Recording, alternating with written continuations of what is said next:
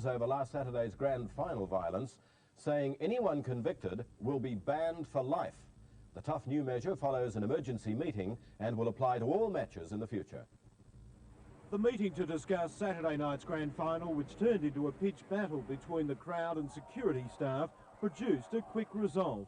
More than 100 seats were broken up and used as missiles, and flares and homemade explosives were also hurled onto the ground. The culprits now facing life bans. Anyone found guilty when charged with offences at soccer matches will be barred forever from coming to watch any soccer match under the jurisdiction of Soccer Australia. South Melbourne President George Vasilopoulos should be celebrating a great victory, but instead of pride, he's ashamed of his club's supporters. The gloss, the victory has been taken away from us, and I personally feel gutted.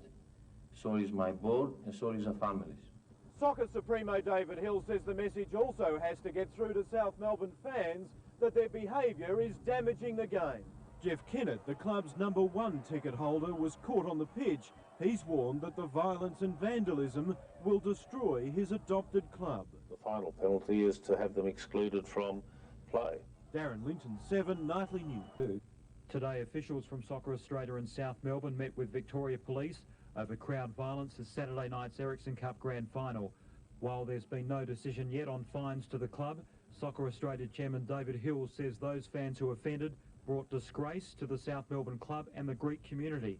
Tougher penalties are set to be adopted in the future. Anyone found guilty when charged with offences at soccer matches will be barred forever from coming to watch any soccer match under the jurisdiction of Soccer Australia.